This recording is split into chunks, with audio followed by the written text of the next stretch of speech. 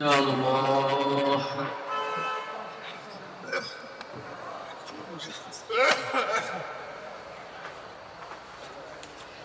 আর চিকিৎসা কি নির্ধারিত আছে?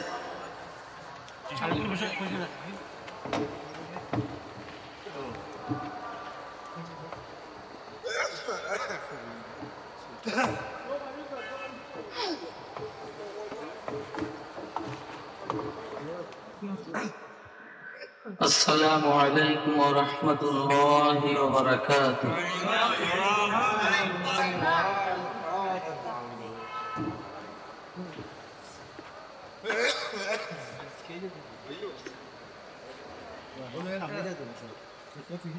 الحمد لله وكفى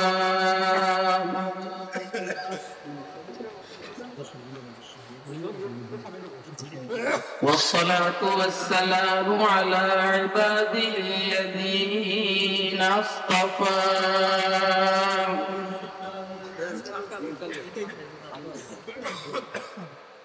خصوصا على خاتم الأنبياء وسيد الورى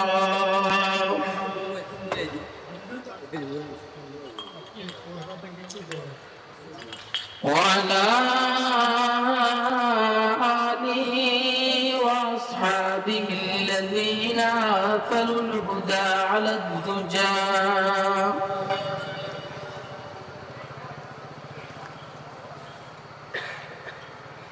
وسلم تسليما كثيرا كثيرا.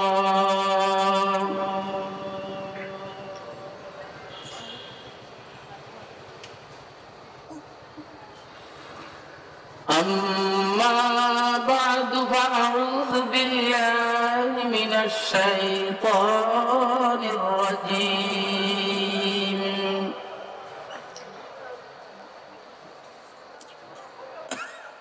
بسم الله الرحمن الرحيم.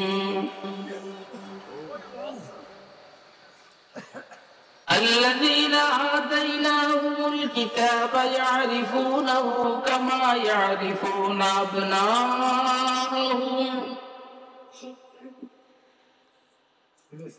الذين خسروا أنفسهم فهم لا يؤمنون.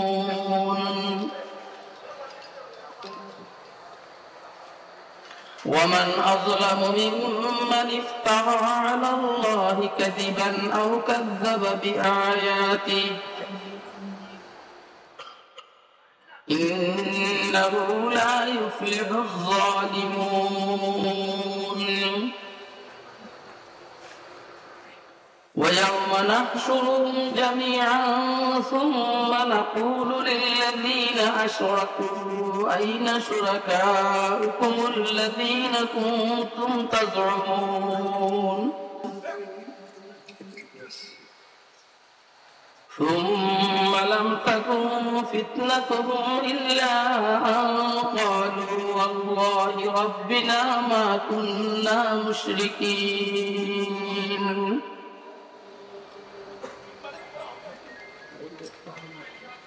صدق الله العلي العظيم وبلغ رسوله النبي الكريم. ونحن على ذلك لمن الشاهدين والشاكرين والحمد لله رب العالمين.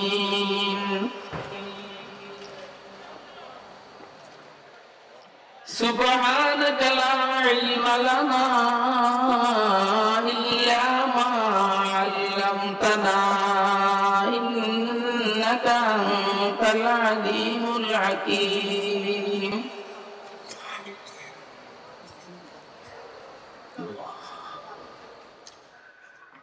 सबक ने बनाए हुए जिंदा में महबूस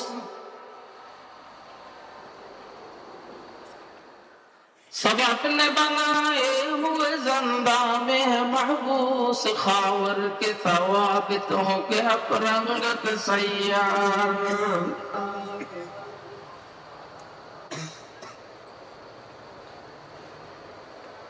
खावर के सवाबितों के अपरंग के सैयार पीरान कलीसा हो के शेखान अरम हो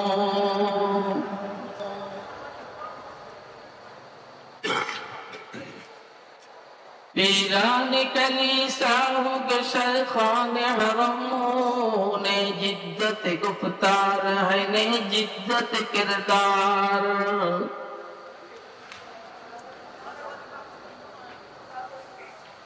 ने जिद्दत गुफ्तार है ने जिद्दत किरदार है अहल सियासत के वही को न खमो पेच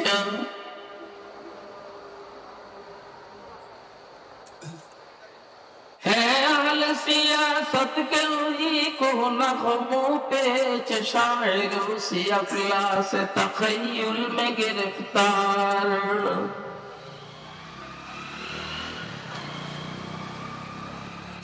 शायर उसी अफलास तखय्युल में गिरफ्तार दुनिया को है उस महदी बरहक की जरूरत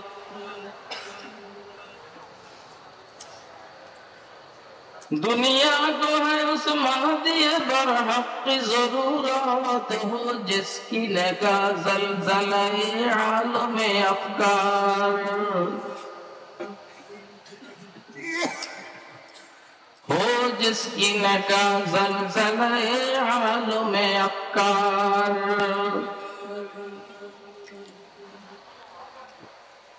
मोहतरम सभापति मुअज़्ज़ज़ मुकर्रम हज़रात उलमाए किराम मुरब्बियान इज़ाम बिरादरान इस्लाम पर्दार माओ बोनेरा एवं मेरा महफिले उपस्थित स्नेहेर आदरेर छोट कचिकाचारा আল্লাহ পাকের দয়া অনুগ্রহ ফজল করম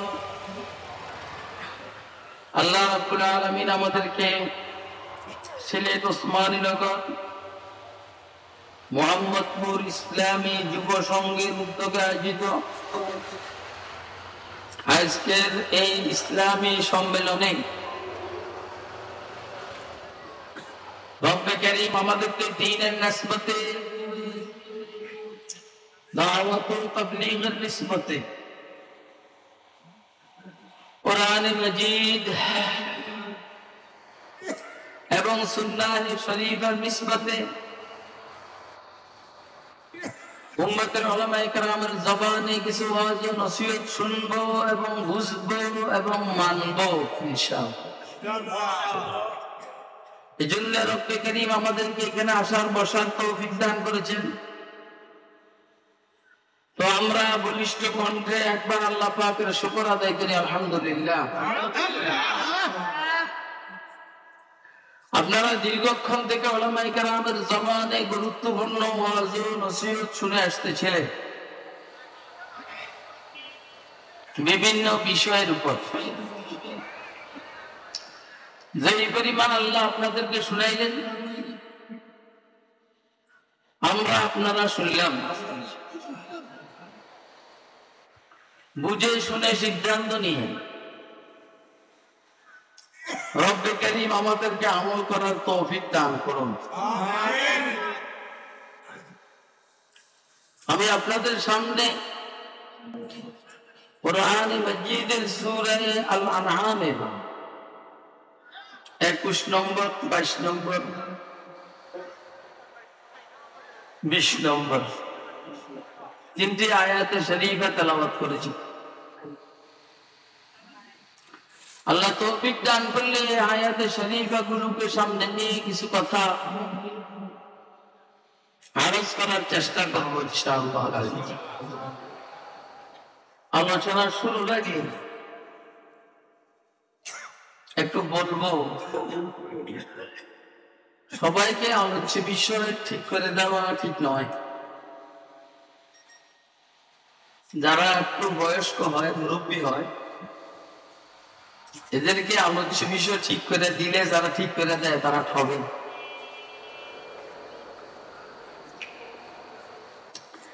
ডাক্তারকে যদি রোগী চিকিৎসার পদ্ধতি শিখিয়ে দেয়, আপনি এভাবে চিকিৎসা করবেন, তো রোগী ঠকবে, রোগী খুব ভালো হবে না। যাদের বয়স কম এদেরকে শিখিয়ে দিবেন যে এইখান থেকে আলোচনা করবেন। আপনার রোগ কি আপনি তো জানেন না, আপনি আমাকে দিচ্ছেন সূরা আনআমের 21 নম্বর আয়াত, এটার উপর ওয়াজ করবেন লাগে, এটাতে কি আছে আমি জানি, আপনাদের কি দরকার সেটাও আমি জানি। আল্লাহ যে আপনাদের যেটা দরকার সেটা এখানে নাই। কথা কয়, আপনার কথা বুঝতেছেন?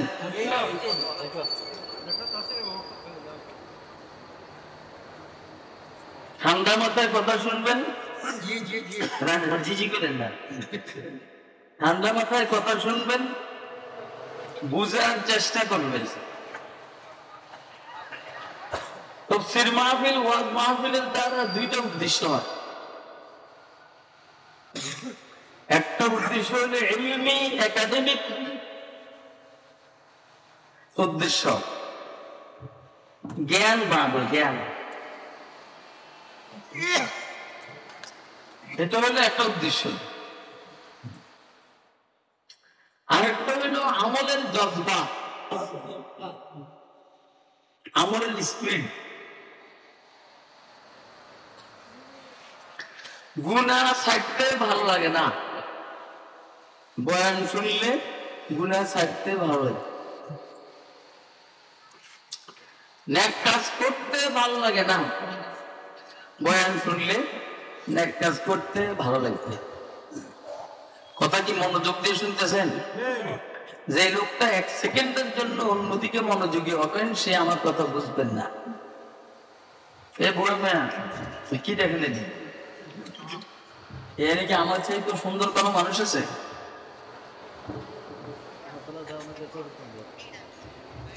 সব তো ঠিকই আছে, আল্লাহ তাআলা সবে ঠিক, তারপরে তো বউ বাসস্তা বাইসে বাইসে বিবাহ করেছে, যারে ভাবি হে বিয়ে করবে, এটাও তো সুন্দর।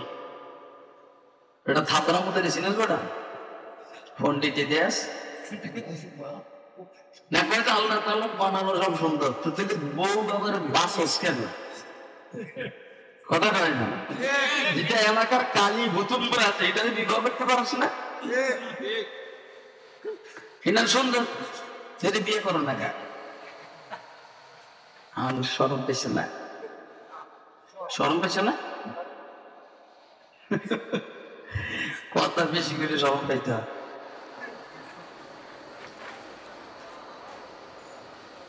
বয়ানের দ্বারা উদ্দেশ্য দুইটা,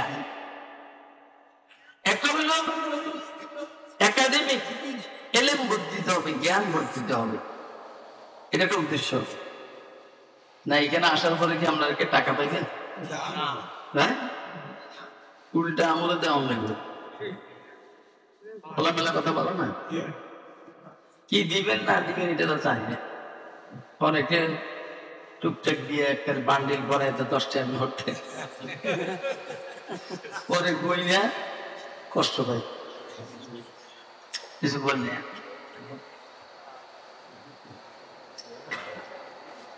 আপনাদের লাভটা কি? এই যে যুব সংঘ যে ওয়াজটা দিল, এদের কেন অনেক টাকা খরচ হবে না? কথা কয় লাভ কি? দুইটা লাভ, হয়তো কারো বয়ানের দ্বারা, ওয়াজের দ্বারা, তাফসীরি আলোচনার দ্বারা তার জ্ঞান বাড়বে, ইলম বাড়বে, অথবা কারো জ্ঞানের দ্বারা আমলের স্পিড বাড়বে। আমলের স্পিড মানে গুনার কাজ ছাড়তে পারে না, এবং আমলের স্পিড বাড়ছে, ইনশাআল্লাহ সে গুনার কাজ ছাড়তে পারে। কথা কয় নেক কাজ করতে ভালো লাগে না, ইনশাআল্লাহ বয়ান শোনার পরে তার নেক কাজের একটা স্পিড বাড়ে। কথা কয় ঠিক না? এটা হইল বয়ানের দ্বারা উপকার। আরো একটা বড় উপকার আছে, সেটা হইল যারা বয়ান করে এদের কারোর সাথে যদি আপনার মহব্বত হয়ে যায়, এই মহব্বত যদি নাকি মৃত্যু পর্যন্ত থাকে, ইনশাআল্লাহ ওনার সাথে আপনার হাসর হবে। এটা আমার সাংঘাতিক জিনিস। এই চাবিটা সবচেয়ে বললাম। সাহাবী জিজ্ঞাসা করেন, হুজুর কিয়ামত কবে হবে? হুজুর সাল্লাল্লাহু আলাইহি সাল্লাম বলছেন, তুমি কি কিয়ামতের জন্য খুব প্রস্তুতি নিছো? কিয়ামত কবে হবে? কিয়ামত হলে সুবিধা। সাহাবী বলছেন, হুজুর আমি খুব বেশি নামাজ পড়ি না, বেশি রোজা রাখি না, তো আমার একটা আমল আছে যে আমি আল্লাহ রাসূলকে মহব্বত করি। হুজুর সাল্লাল্লাহু আলাইহি সাল্লাম বলছেন, বাহ, তো কথাই নাই, আনতা মা মান আহবাবতা, তুমি যাকে ভালোবাসো তার সাথেই তোমার হাসর হবে। আপনি বলেন রাসূল আকরামের সাথে যদি আমাদের হাসর হয়, আর কোনো টেনশন আছে? আর কথা কয় শাফিঈ রোজে জাযা ওয়াগা খতিবে আম্বিয়া, মানে বতুল ভাই শাফিঈ রোজে জাযা ওয়াগা খতিবে আম্বিয়া,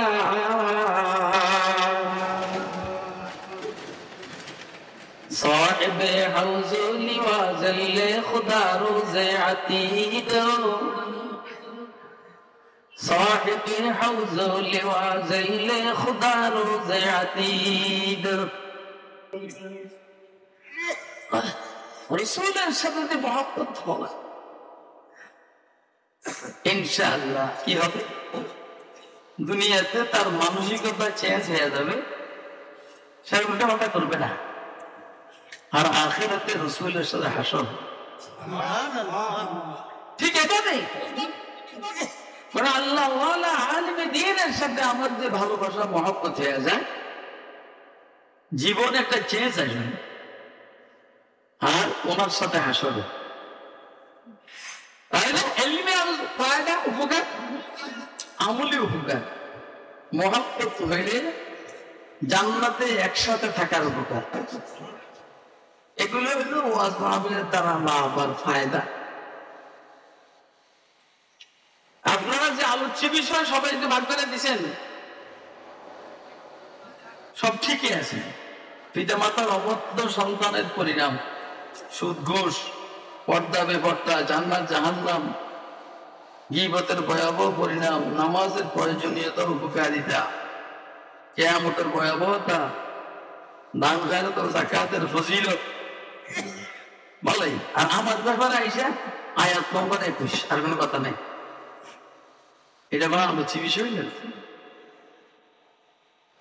দেখেন এই আয়াতে কি আছে, আমি নিজেও বুঝতেছি না কি আছে। যাই হোক, আপনারা দিচ্ছেন, কিছু না বললে তো আপনারা বলবেন যে হুজুর কিছুই পারে না। এই জন্য আমি 6-9 দিয়ে আমরা যদি কিছু বুঝাম, 6-9 করছি না। যেমন হাসিনায় 6-9 দিয়ে বাঙালিরে বুঝাইছে, কথা কয় না?